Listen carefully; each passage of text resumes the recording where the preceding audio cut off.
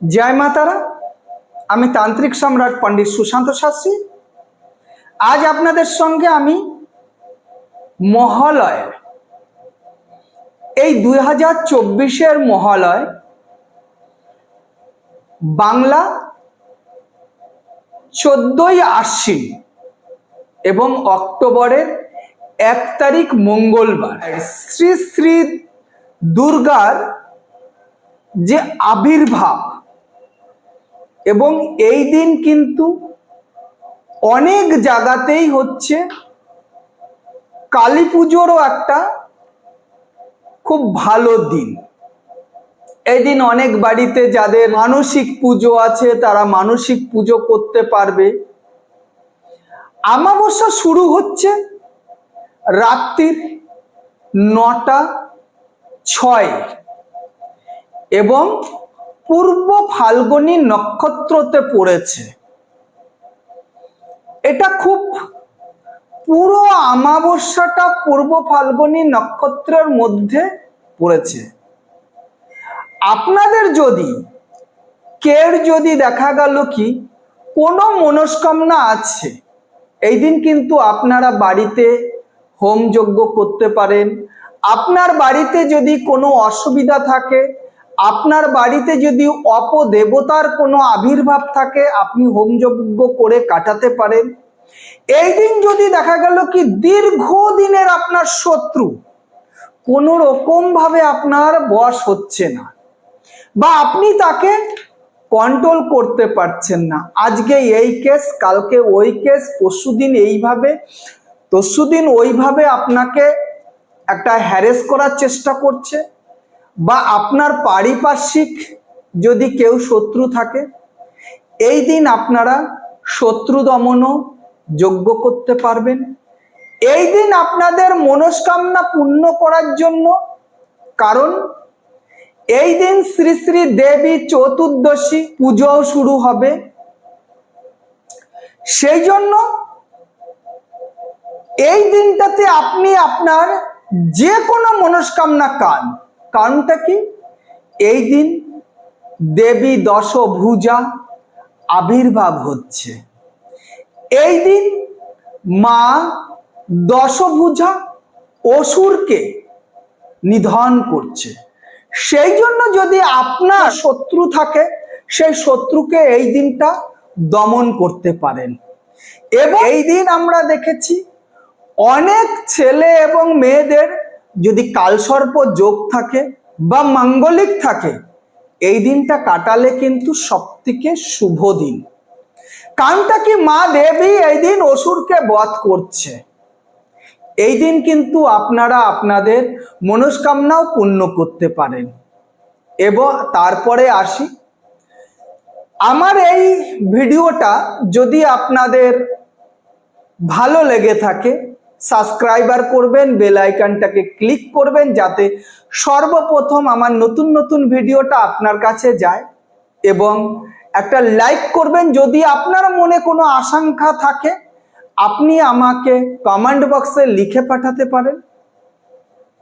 আপনারা যদি যারা পিতৃ তর্পণ করবেন সকাল 6টায় হচ্ছে অমৃত যোগ এবং এই অমৃত যোগে আপনারা গঙ্গায় স্নান করতে পারবেন এবং তর্পণ করতে পারবেন। এইখানটায় আমি অনেক মানুষকে দেখেছি এই তর্পণ করারও কিন্তু একটা নিয়ম আছে। আমি দেখেছি অনেকের হয়তো শুধু মা মারা গেছে সেও গঙ্গাতে গিয়ে দুধ তুলসী পাতা দুব্বা নিয়ে তর্পণ করছে, কিন্তু এটা ঠিক না। যাদের হচ্ছে আপনারা গঙ্গা তর্পণ করতে পারবেন আপনারা খুব ভালোভাবে জেনে নিন কারা কারা এই তর্পণ করতে পারবেন।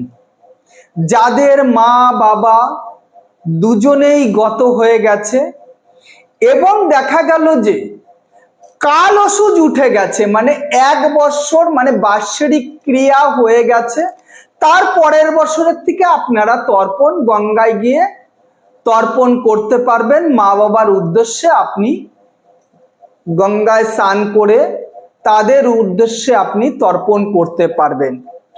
এইখানটায় অনেকে দেখেছি শুধু অনেকের বাবা মারা গেছে, কালসুজ ওঠেনি, দৌড়িয়ে চলে যাচ্ছে গঙ্গায়।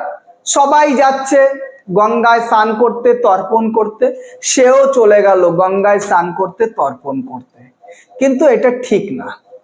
যাদের মা বাবা দুজনেই গত হয়ে গেছে তারাই আপনারা তর্পণ করতে পারবেন, এবং যাদের হচ্ছে মা বাবা দুজন গত হওয়ার পরে 1 বছরের বার্ষিক ক্রিয়াকর্ম হয়ে গেছে, একমাত্র তারাই তর্পণ করতে পারবেন, তারাই স্বামী স্ত্রী দুজনে মিলেই তর্পণ করতে পারবেন।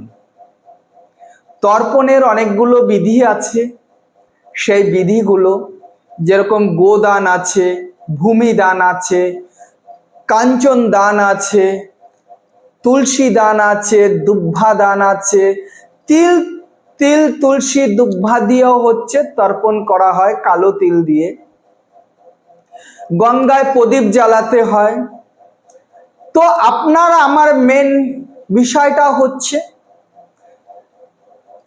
1 অক্টোবর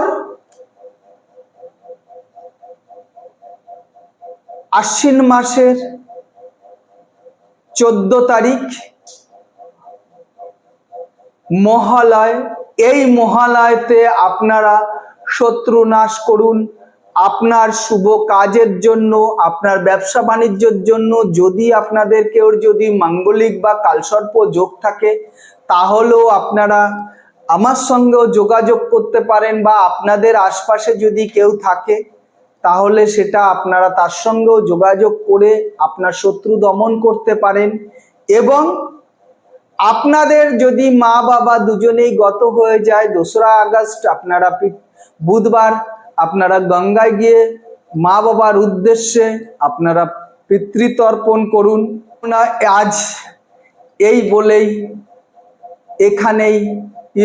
এখানটাই আর কি আজকে সমাপ্ত করছি। জয় মা তারা, জয় মা তারা, জয় মা তারা।